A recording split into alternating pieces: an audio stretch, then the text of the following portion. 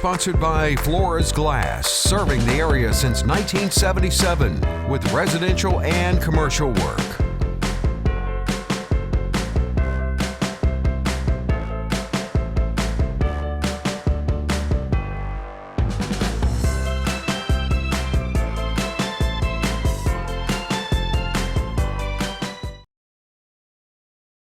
Well, good evening, friends, and welcome to another episode of Wayback Wednesday. I'm Randy Adcock. So glad you could be with us tonight.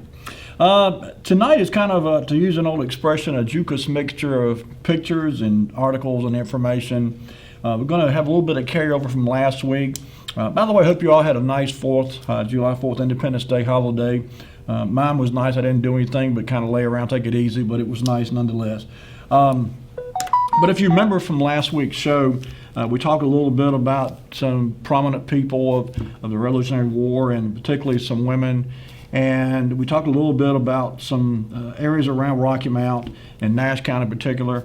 And we ran out of time before we got a chance to get to all the pictures that I had last week. So we're going to go back and address some of those and look at some of those pictures we didn't get to last week, number one.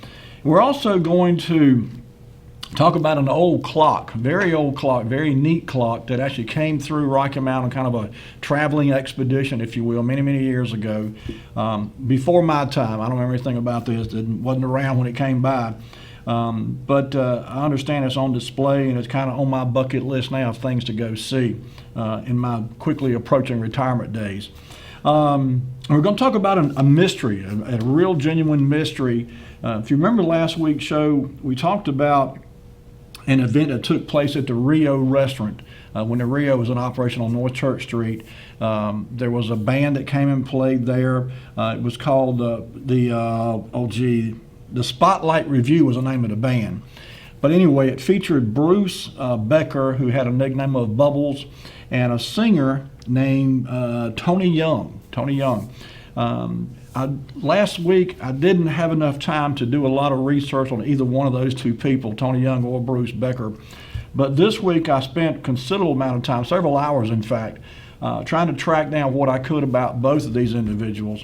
And we'll get to the mystery in a bit later on in the show. But there is indeed a mystery that's got the bloodhound in me just chomping at the bit now to find the answer. So we'll get to that in a few minutes too. Before we go any further, there was one more thing I wanted to throw out. Oh, I know what it was. Last week as I was signing off, and don't ask me why my brain went kerplunk, I guess, but and I didn't even realize it till Lee had brought it to my attention. But apparently I tuned out or signed off last week and said way back Tuesday or see you next Tuesday, whatever. I'm not even sure what I said.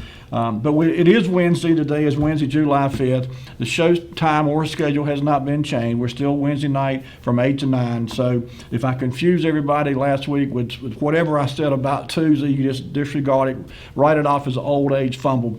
That's what I did anyway. So, okay, let's jump into this, Lee. If you remember, we talked last week a little bit about the Revolutionary War and about Cornwallis and his trip through North Carolina.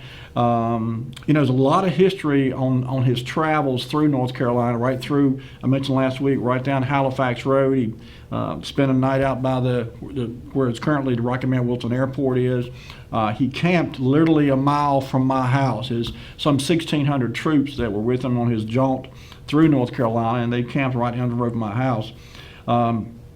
I printed off a couple of articles to share with you tonight, but they were really long, and when I printed them off, the print was so small I could barely read it. But the gist of it was that, and I've mentioned this before, I'd forgotten it in a prior show. If you remember, I'm kind of an old junkie when it comes to grist mills. I just love grist mills and love the history surrounding grist mills. And so one of the things that came up when I was researching a little more about Cornwallis and his trip through North Carolina was that he camped at a place that was called Hunter's Mill. And Hunter's Mill was actually on Stony Creek.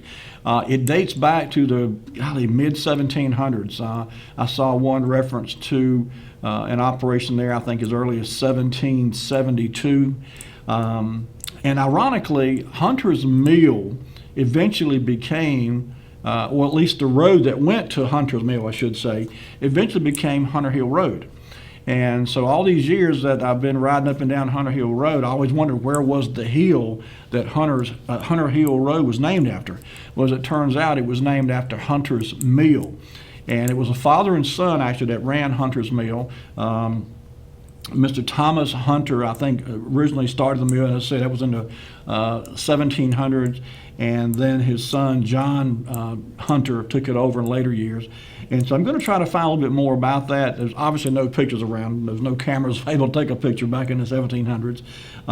But I've got a growing list of Nash County, and Edgecombe County too for that matter, but primarily Nash County grist mills. And so I've added that to my collection of grist mills. And if memory serves, I think that's either number 7 or number 8 grist mills that were in and around the immediate Rocky Mount area. So a lot of grist mill history around here. All right, so Lee, let's jump in. Let's show item number 1.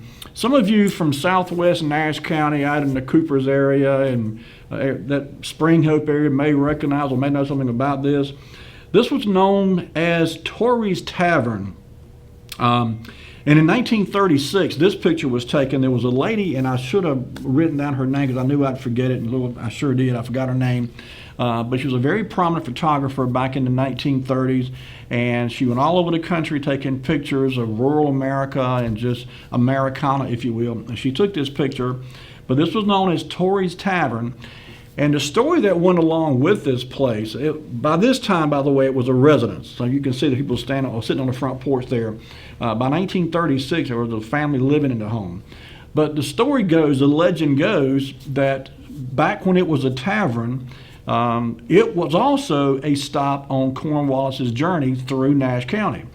Now, it turns out that was probably more myth than truth, because when I got to looking at the records on the property, it wasn't even built when the time Cornwallis came through here. So there's a bit of a falsehood there about Torrey's Tavern and whether or not Cornwallis actually did stay there. But I found 2 or 3 pictures of it, and I just thought it would neat to share with you. So apparently the house burned down around 1968 or so. I saw one reference said 1968, another article said 1972. But somewhere in the late 60s or early 70s, the property burned down, so it's no longer there. But anyway, let's go ahead and leave item number 2. This is another picture. There was an article actually that accompanied this picture here, and I didn't print the whole article out, but I wanted to share with you what the caption reads. It says, shown above is Torrey's Tavern, an old stagecoach stop which is believed to have been built almost 200 years ago. It is located 10 miles southwest of Rocky Mount at Wells Crossroads on North Carolina 95. Now, in 1950, North Carolina 95 was 95. In later years, it became Highway 97, of course. We've talked about that many times on this show. So if you kind of following Highway 97 south out of Rocky Mount, 10 miles out from Rocky Mount was where this was located. And again, when it was an operating tavern, it was known as Torrey's Tavern. And apparently it had been a tavern for a number of years. And there's no telling how many thousands of travelers stopped at Torrey's Tavern over the years, got a bite to eat, got a drink, probably watered their horses, got some supplies or whatever for their journey on. But again, the stories, the articles that I've read seem to indicate that it was just not old enough to have been in existence when Cornwallis came through in his trip into I forgot the date, 1780 or thereabout, late 1770s, I think, 1778, along in that time frame. Okay, Lee, item number 3, this is the last one. It's the same house, same property. This picture actually taken around 1950, and as you can see, it's still a residence. I'm not sure when it transitioned from being a tavern to being a residence, but it was a story-and-a-half house, and there were rooms upstairs, and travelers could rent a room upstairs in this place, and it was just, like I said, for many years, it was a tavern slash bar slash inn slash motel, if you will. And it was on a heavily traveled road, obviously, and so it got a lot of use over the years. I don't know that we've got an exact date on when it was built. Suffice it to say, probably the early 1800s is a good time frame, perhaps even late 1700s, but there's no evidence to suggest that it was around far enough back to have been a stop on Cornwallis' trip. Speaking of Cornwallis, there was one more neat aspect about that place at Torrey's Tavern. Item number 4, if you would, Lee. This picture appeared in the Rocky Mount Telegram June the 18th of 1950. And as you can see, it's a huge tree there. And there's a gentleman sitting up there in the top of the tree with a small boy in front of him. And the caption reads, "The huge oak tree above, made famous by a legend which says General Cornwallis's horse bit the top out of it, measures 22 feet 4 inches around, 2 feet from the ground. It is located in the yard of the old Torrey's Tavern." I've not been trying to locate this tree. It seemed like I remember reading an article somewhere that the tree had been taken down or hit by lightning, burned down. Some means the tree got gone. So I don't think it's out there anymore. But in 1950, it was there, and it was obviously a huge tree measuring some 22 feet around. And the story again was that when Cornwallis stopped at Torrey's Tavern on his way through North Carolina, it was a much smaller tree then, of course, and so small, in fact, that Cornwallis's horse could literally reach over and bite the top out of the tree, and that caused the Y you see there. And so, again, it's a legend, a myth, a story, neat story to tell people, with no real backing of any truth, though. So I think we can just write it off as a myth and let it go at that. While I was looking for tonight's show and information and articles and so forth, I was really kind of trying to tie all this together, see if I could find anything else about Cornwallis's trip through North Carolina. And so I didn't find anything else, and that, not to say there's not more. There's obviously much more history. There's several articles about Cornwallis, and there's been books written, in fact, about his trip through North Carolina. So if you're interested in Revolutionary War, a trip to your local library would be in good order, because there's a lot of information there, and it's certainly online. But I was really looking just a little more information about specifically this immediate area, and did not find anything else of note, other than the stories that I mentioned about him camping down from literally on Stony Creek down the road from my house, and the fact that there were 1,600 soldiers with him.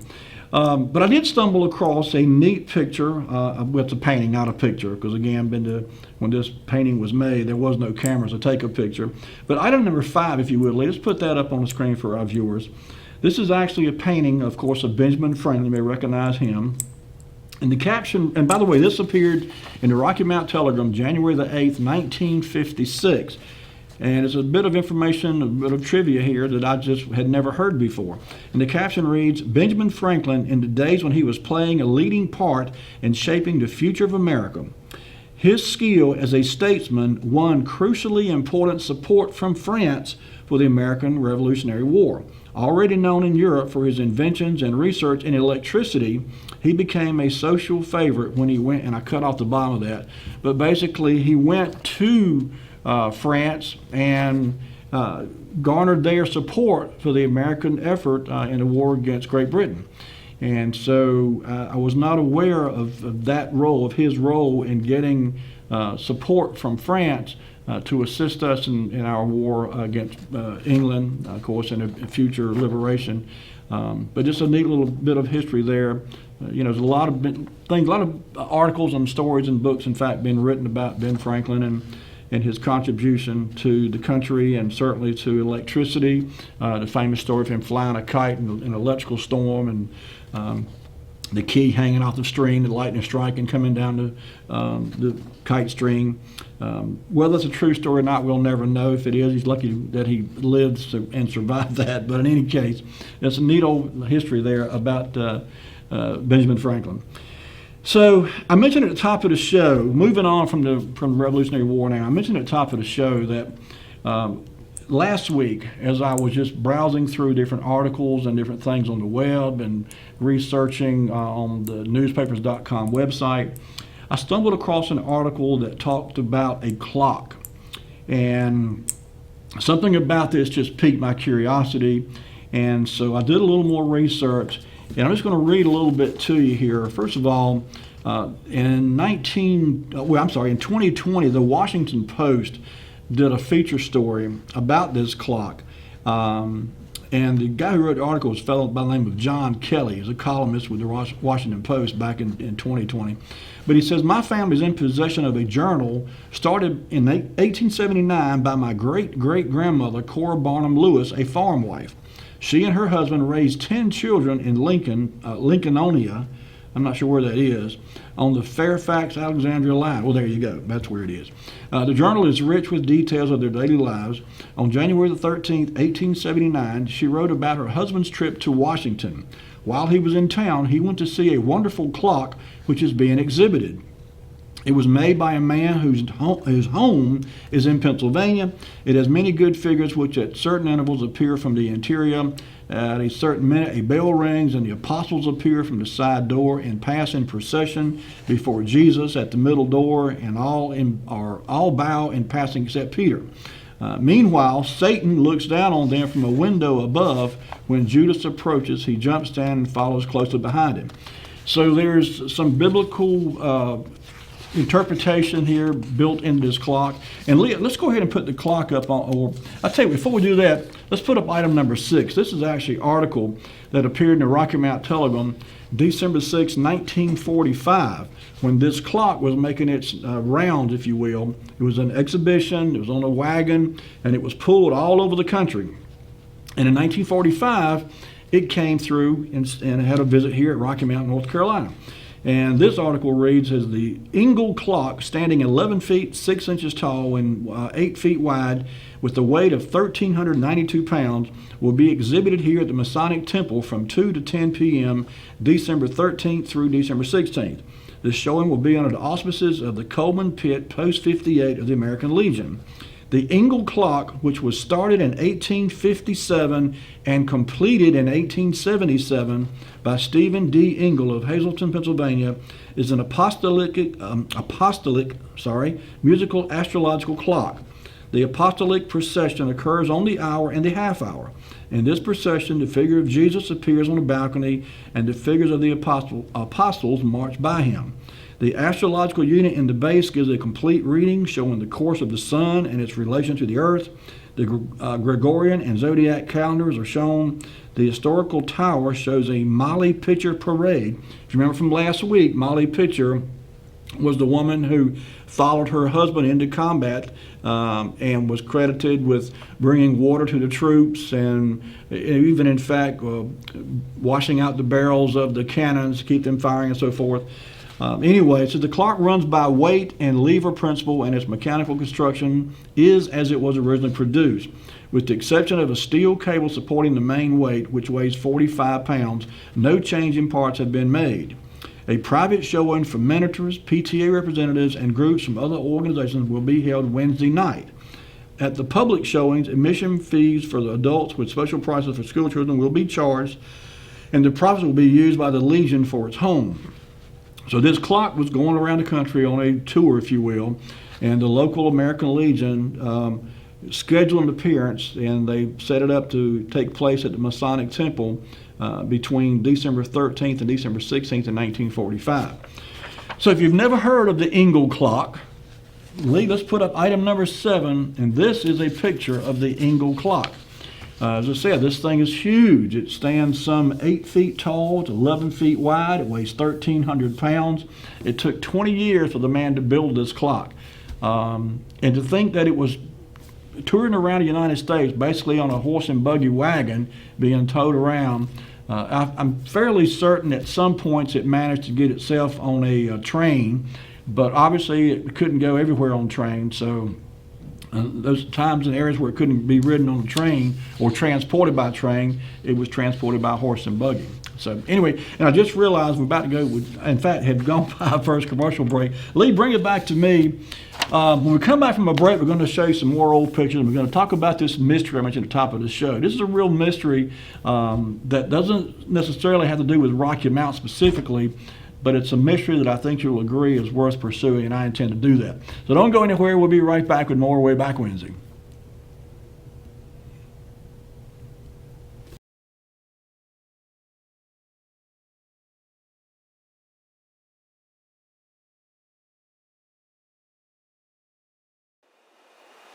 Today, having the right healthcare plan tailored to your specific needs is vital to your peace of mind. The question is not if you will need the coverage, but when. And when that time comes, you want to be prepared. With the rising cost of medication, medical procedures, and doctor visits, you should know which is the right insurance plan for you. From life insurance, affordable health care, to Medicare, there are a lot of insurance options available, and choosing a plan can be overwhelming. Having Gus Tullis as your insurance professional on your side will give you peace of mind, because you will know you are covered with the insurance that meets your needs. Hello, my name is Gus Tullis of Gus Tullis Insurance, and I've been helping people with their insurance needs for well over 20 years. Call me today. I'll answer any question you have. 252-937-6913. Looking forward to hearing from you. I'm Daniel Moss, owner of Cornerstone Funeral Home, and I'd like to invite you and your family to give our family an opportunity to serve you in your time of need. And we offer a full line of funeral services, everything from visitations to graveside services to cremations on site with a live crematory, as well as a banquet hall to meet the catering needs of our families that we serve. We offer catering service, we offer refreshments prior to visitations and services of our family, and we want to invite you to come and experience the difference here at Cornerstone Funeral Home.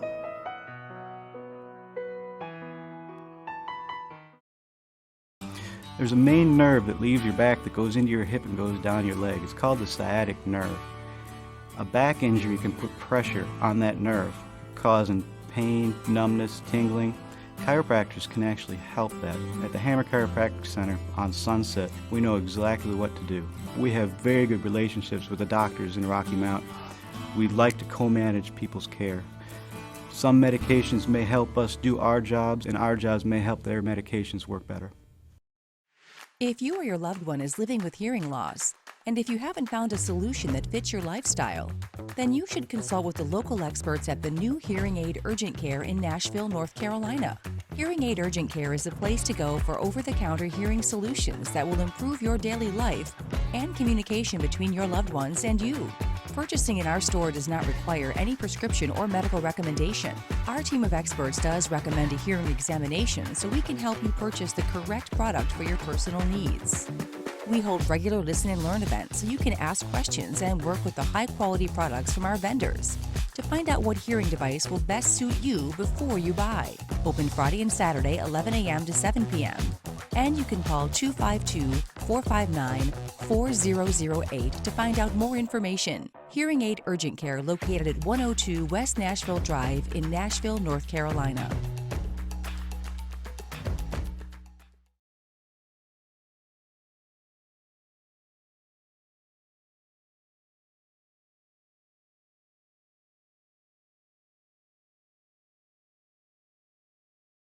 We are back.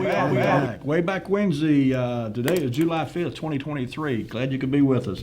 Before the break, we were talking about just in general, as I said at the top of the show, in fact, there's not any particular format for tonight's show. We kind of juke us mixing it up tonight. We've got a little bit of everything here. But sometimes when I'm researching for a show or a particular topic, I just stumble across pictures that I think are interesting. I almost feel obligated to share them with you. So some of these don't fit in any particular category. And I'm kind of like that. I guess I don't particularly care to compartmentalize things too much. I like to kind of let things be what they are. So that being said, I stumbled across this picture last week when preparing for last week's show, and didn't get a chance to show it last week. And it's nothing particular about it that ties in with anything else tonight, other than the fact it's an old picture from Rocky Mountain. So Lee, go ahead and put up item number 8. This picture appeared in the Rocky Mountain Telegram October the 6th, 1957. And it's a little grainy, a little dark. But I wanted to read the caption. As I've often said, sometimes the caption of these pictures are as interesting as the pictures themselves. This says, fire engine number 6, part of the firefighting equipment at the number 1 fire station here, will be on display tomorrow morning on Northwest Main Street from 10 o'clock until 12 noon as part of the National Fire Prevention Week observance here. Shown here, checking out the equipment on the 1948 Aaron model truck, are Fireman William Taylor to the left and Charlie Adams to the right. And of course, this was Charlie Killebrew who took this picture. So I'm not exactly sure where this picture was taken, but I think it was in front of the old firehouse on the east side of Main Street, North Main Street. That building, of course, has long been torn down now, but if you remember some of the old pictures we've shown of that area, it's where the fire tower was, and bell tower, on top of the firehouse.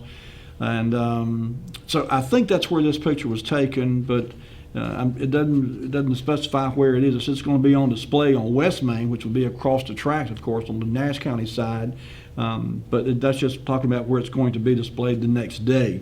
So when this picture was taken, I believe this was in front of the original firehouse, number 1 station over there on East Main Street, on the Edgecombe County side. But it's a neat old picture. I didn't know if anyone recognized or knew William Taylor and Charlie Adams. I can't say the names ring a bell with me, but and it doesn't mention their ranks. I don't know if either one was a fire chief, for example.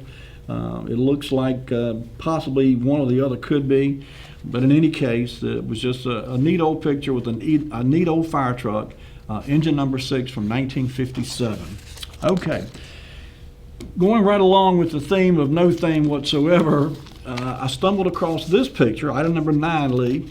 This appeared in the Rocky Mount Telegram October 19th of 1916.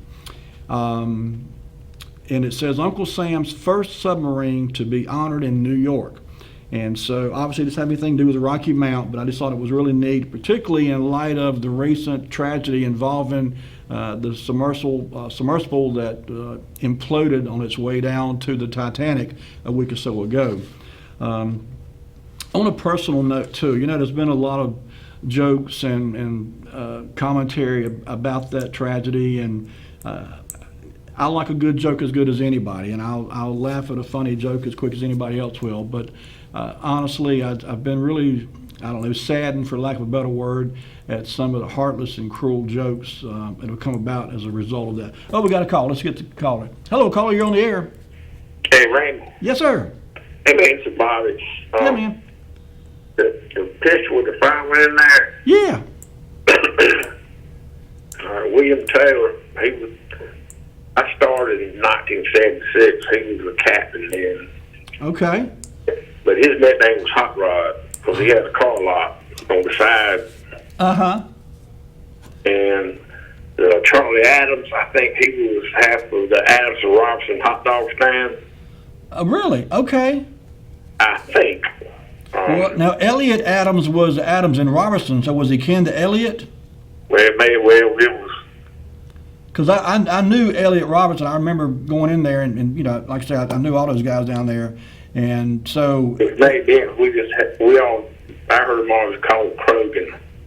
Okay. Krogan Adams, but... Okay. And he worked there, so I don't know. He may have been related to Elliot. He sure may have been. Absolutely could have been a brother, perhaps. I don't know. Yeah, but that truck was gone when I got there. So you went to work in, what, 1970? 76. 76, okay. Yeah. And you say by then William Taylor was captain? Well, he was captain before I started, yeah. Did he go by William or Bill? William. He did go by William? Okay. Yeah. His name rang a bell with me, but I couldn't place him. Obviously, I did not know him personally, but I was hoping someone would recognize him and knew something about him. So, okay, well, good. I never worked with him, but we worked the same station, but I never worked, we shift with him. But he's a likable fellow. He's a good guy. Uh-huh. I suppose he's probably long passed on now. That's been 40 years ago. He passed about within the last couple of years. Really? Okay. Yeah. Well, good deal. Okay, buddy. Well, thanks for calling and sharing that with us. All right, man. Take care. You too. Have a good night. You too. Thank you. Okay. Yeah, I figured someone would recognize one of the other gentlemen there. So, and I'm glad Bobby was able to put a little connection there. Another call. Let's get this call. Hello, caller. You're on the air. Hello. Hello. This is Hot Rod Taylor. Yes, He ma'am. worked at the fire department with my husband back in the 70s, Okay, who was your husband? Norman Davis. Okay. Yeah. And then the Charlie Adams, he used to have an upholstery business on the corner of over there, right beside of the Chit Shack. On Raleigh Road? Yes, sir. Okay. Well, I'll be daggone. Okay, so he was a fireman and ran the upholstery shop too. No, Hot Rod Taylor was the fireman. Okay. Charlie Adams had the upholstery company. Oh, I see what you're saying. I got you. Okay. Okay. All right. Thank you, ma'am. Have a good evening. I remember that because I remember Hot Rod Taylor and his wife, because my husband was a fireman at the time in the Rocky Mount Fire Department. Okay. Good deal. All right. Well, have a good evening. Thanks for calling in. Okay. You have a good evening, too. Thank you, ma'am. Bye-bye. Okay.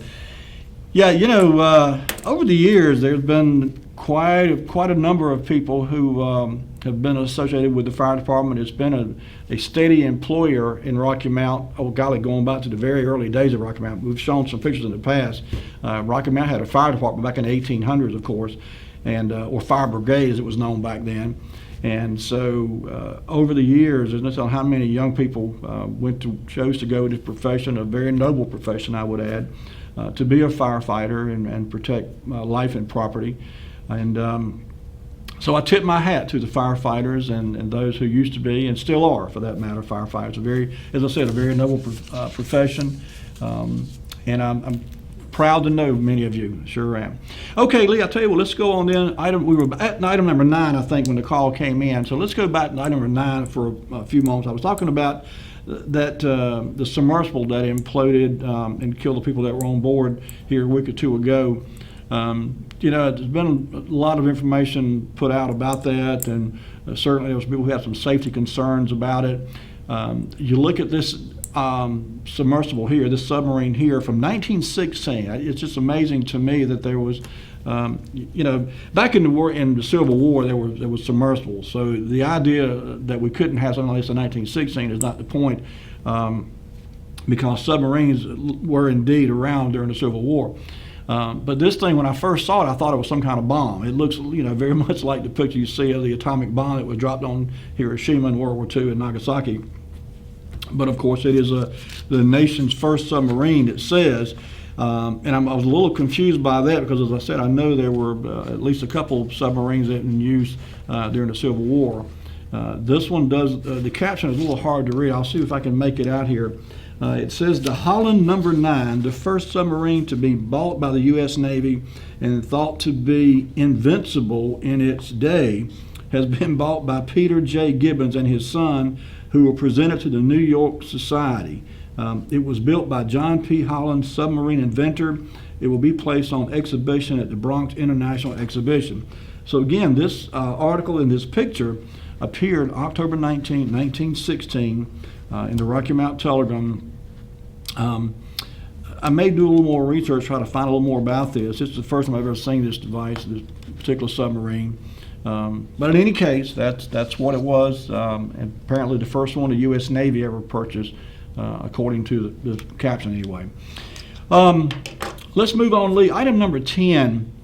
There was a fellow back, this article appeared November 18, 1953. Some of you may remember Mr. Lawrence Roberts.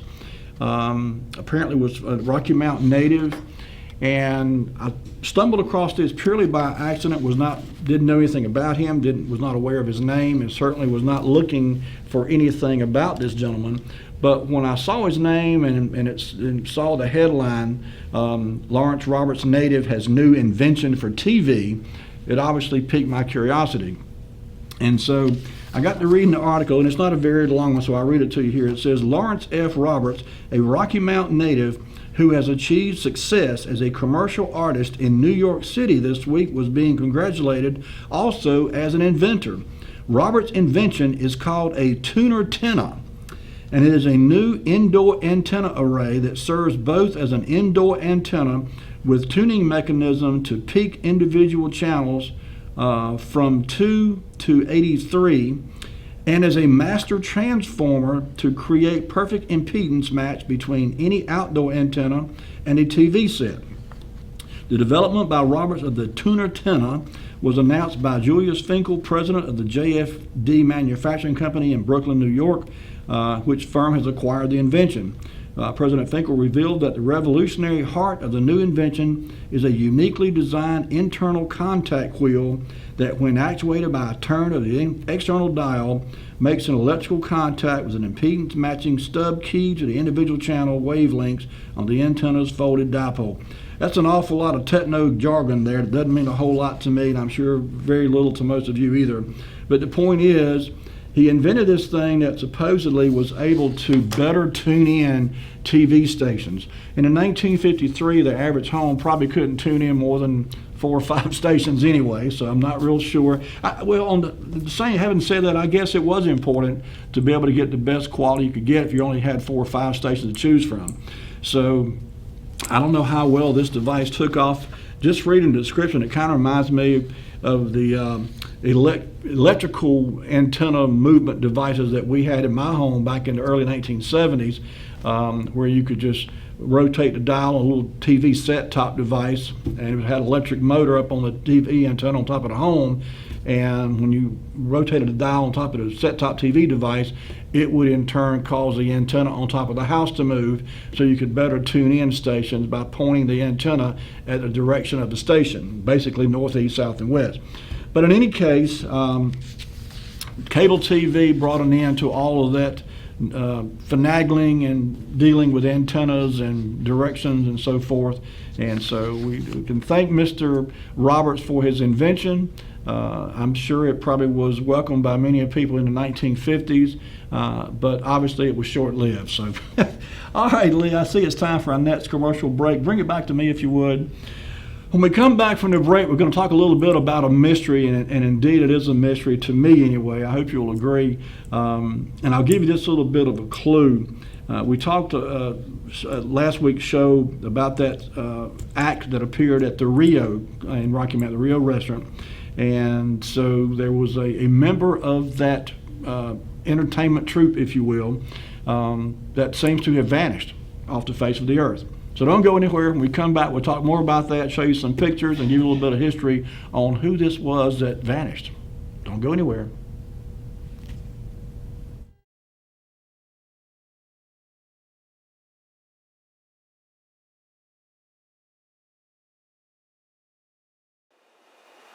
Today, having the right healthcare plan tailored to your specific needs is vital to your peace of mind. The question is not if you will need the coverage, but when. And when that time comes, you want to be prepared. With the rising cost of medication, medical procedures, and doctor visits, you should know which is the right insurance plan for you. From life insurance, affordable health care, to Medicare, there are a lot of insurance options available, and choosing a plan can be overwhelming. Having Gus Tullis as your insurance professional on your side will give you peace of mind, because you will know you are covered with the insurance that meets your needs. Hello, my name is Gus Tullis of Gus Tullis Insurance, and I've been helping people with their insurance needs for well over 20 years. Call me today. I'll answer any question you have. 252-937-6913. Looking forward to hearing from you. I'm Daniel Moss, owner of Cornerstone Funeral Home, and I'd like to invite you and your family to give our family an opportunity to serve you in your time of need. And we offer a full line of funeral services, everything from visitations to graveside services to cremations on site with a live crematory, as well as a banquet hall to meet the catering needs of our families that we serve. We offer catering service. We offer refreshments prior to visitations and services of our family. And we want to invite you to come and experience the difference here at Cornerstone Funeral Home.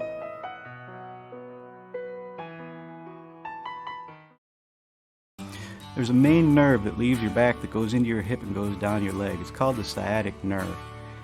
A back injury can put pressure on that nerve, causing pain, numbness, tingling. Chiropractors can actually help that. At the Hammer Chiropractic Center on Sunset, we know exactly what to do. We have very good relationships with the doctors in Rocky Mount. We like to co-manage people's care. Some medications may help us do our jobs, and our jobs may help their medications work better. If you or your loved one is living with hearing loss, and if you haven't found a solution that fits your lifestyle, then you should consult with the local experts at the new Hearing Aid Urgent Care in Nashville, North Carolina. Hearing Aid Urgent Care is a place to go for over-the-counter hearing solutions that will improve your daily life and communication between your loved ones and you. Purchasing in our store does not require any prescription or medical recommendation. Our team of experts does recommend a hearing examination so we can help you purchase the correct product for your personal needs. We hold regular listen and learn events so you can ask questions and work with the high-quality products from our vendors to find out what hearing device will best suit you before you buy. Open Friday and Saturday, 11 a.m. to 7 p.m. And you can call 252-459-4008 to find out more information. Hearing Aid Urgent Care located at 102 West Nashville Drive in Nashville, North Carolina.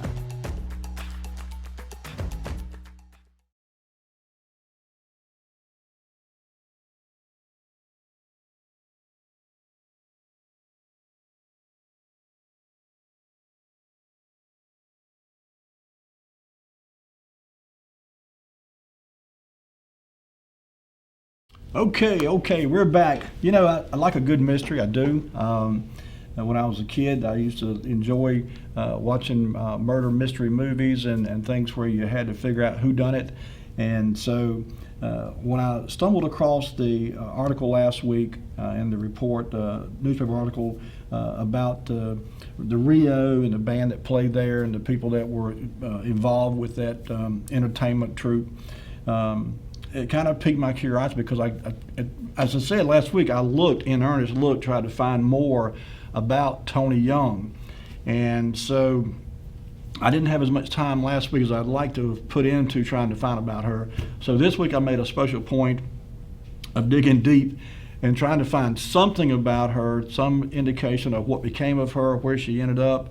And so therein unraveled a mystery, unveiled a mystery that I'm still in a quandary about what happened there. But we'll get a little more into that in a minute. Lee, put up item number, what number are we at? Number 11, is that right? Or how far did we get? Number 11. Number 11 is the next picture, I think, in sequence, and it appeared in the News and Observer, actually, in January 14th of 1947. There you go. So there on the left, that is Miss Tony Young.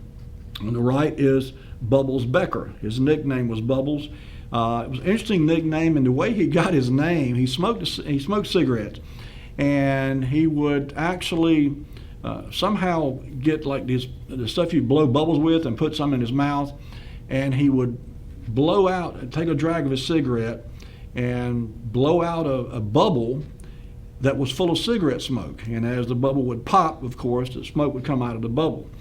But anyway, the caption reads, Bubbles Becker, who is bringing his 13-piece orchestra to Sedgefield Inn to play for the annual Hunt Ball of Sedgefield Hunt Saturday, is shown here with Tony Young, who sings with the band. Dinner and dancing in the main dining hall at 8 p.m. will be preceded by an informal gathering of Hunt members and their friends in the grill at 6:30 o'clock. So, as it turns out, this band that Bubbles Becker put together rivaled many of the best bands of the time in the 1930s and 40s and even into the 50s and 60s. He was associated with several big groups, several entertainers. He was mentioned in the same circles as Kay Kaiser, for example, and Duke Ellington and many other big name band leaders, Glenn Miller and so forth. So he was obviously a very talented entertainer. So was Tony Young, for that matter. And what I found was that they toured up and down the East Coast primarily. Bubbles himself was from in the Norfolk Tidewater region area of Virginia. Not exactly sure where Tony Young was from, though there is some evidence that suggests she may have been born originally in Oklahoma. How she ended up on the East Coast is still another mystery we'll get to in a minute. But they toured all up and down the United States. They appeared in numerous nightclubs and special events. Item number 12, if you would, Lee. This picture appeared in the Wilmington Morning Star, March the 9th, 1947. You see the headline above says Songbird. The caption reads, when Bruce Bubbles Becker and his 14-piece orchestra play at the Plantation Club here Wednesday night, Wilmingtonians will have their first opportunity to see and hear Buteus. I've never seen it spelled this way, Buteus, B-E-A-U-T-E-O-U-S, Buteus, Tony Young above, lovely vocalist with the orchestra. Tony has been featured with some top flight bands, and her voice has been carried over every principal radio network in America. So these were no amateurs here. These were very professional entertainers. And as I said, they were really well known up and down the Eastern Seaboard, particularly amongst the club goers and the people who would frequent such businesses. Number 13, if you would, Lee. This picture appeared in the Winston-Salem Sentinel, June the 15th, 1948. And it says, Bubbles Becker to open hotel summer season. Douglas Boyle, manager of the Robert E. Lee Hotel, today announced the summer opening of the Balinese Roof. Bruce Bubbles Becker and his orchestra will play for the first weekend set of dances July 2nd and 3rd. So all kinds of different events, special occasions, special gatherings.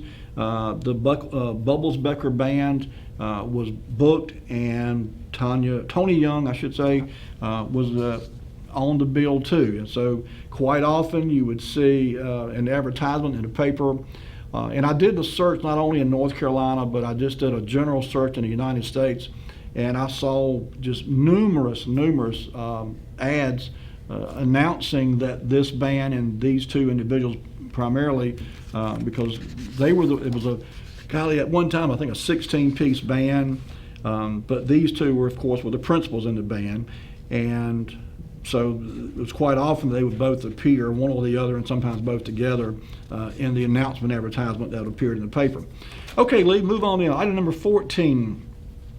In Tabor City, North Carolina, Wednesday, October the 4th, 1950, the entire front page headline announced that 40,000 people were expected for the Big Yam Festival next week. I've never been to Tabor City, and I'm not certain. I think it's up in the western part of the state. But in any case, apparently they're big on their yams up there.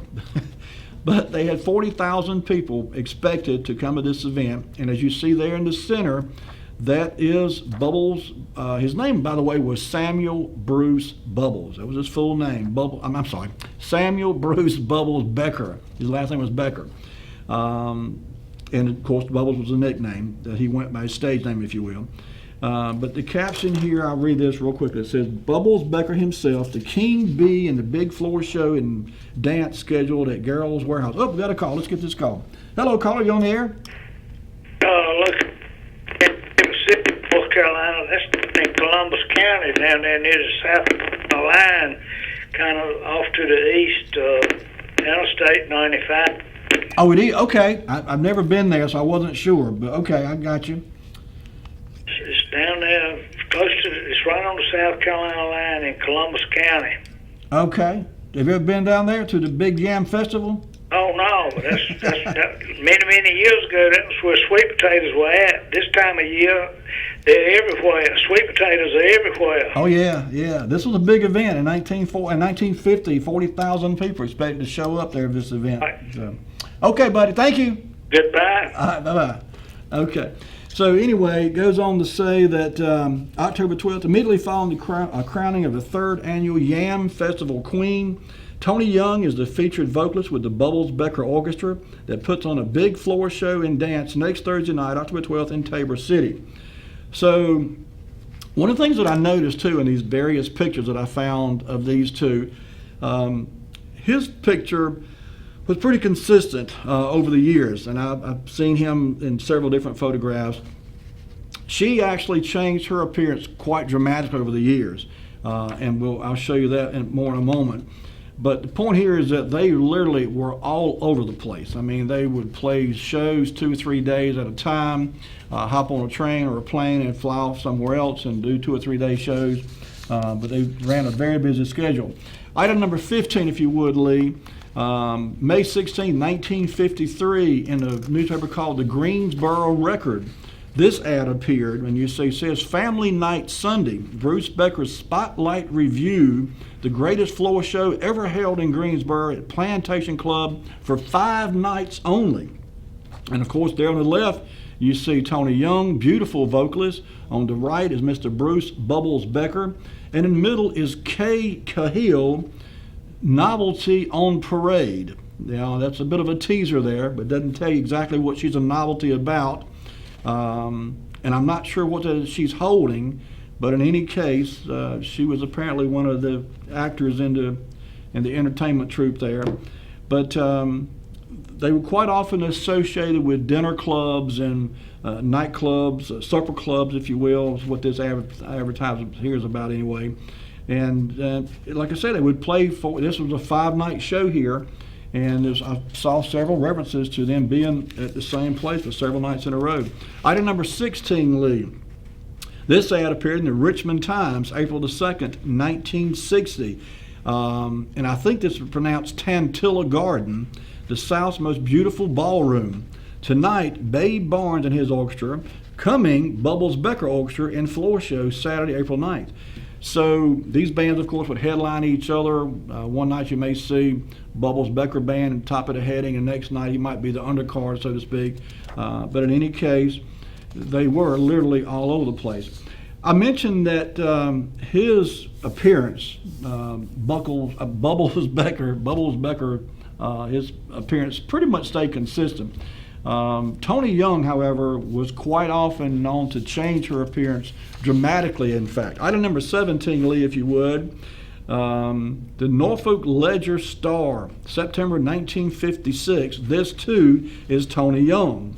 Blonde bombshell, if you will.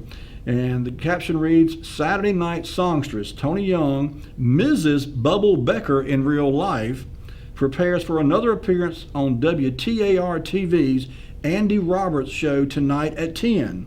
The lovely songstress was a vocalist with Becker's orchestra. Now, this is dated 1956, and the way this caption reads, it leads me to believe that by 1956, she was no longer with Bubbles Becker, because the last sentence here in this caption reads, the lovely songstress was a vocalist with Becker's orchestra, implying that she is no longer. She's obviously changed her appearance, still a very attractive lady, but by 1956 she appears to have left her contract, if you will, with her husband and moved on. Item number 18, we're running a little on time, we're trying to get these last couple in here. The 30 years ago column in Rocky Mountain's always been a favorite of mine. I love going back and looking at these old articles and old stories from 30 years ago. This one appeared March 21st, 1984, and it's talking about 30 years prior, which would have been March of 1954. And the bottom right-hand corner, the very last little tidbit here says, Bruce Bubbles Becker and his band entertained at Bienvenue Country Club. So not only did they appear at the Rio restaurant, they appeared at Bienvenue Country Club. So at least twice, maybe more, but at least twice they appeared in Rocky Mount. I would be willing to bet a small wager that over the many years of the June German taking place in Rocky Mount, it's very likely that the Bruce Bubbles Becker band played in Rocky Mount at one or more of the June Germans. Sadly, Mr. Bubbles Becker passed away. Item number 19, if you would, Lee. I did not find an obituary, but I did find a grave. He's buried in Norfolk City, Virginia.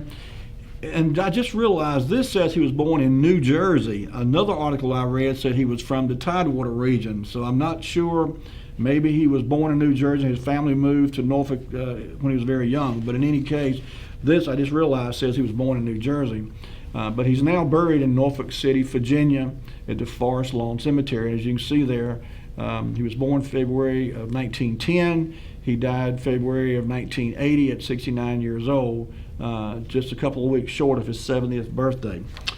So anyway, the mystery is that I could not find anything else about Tony Young.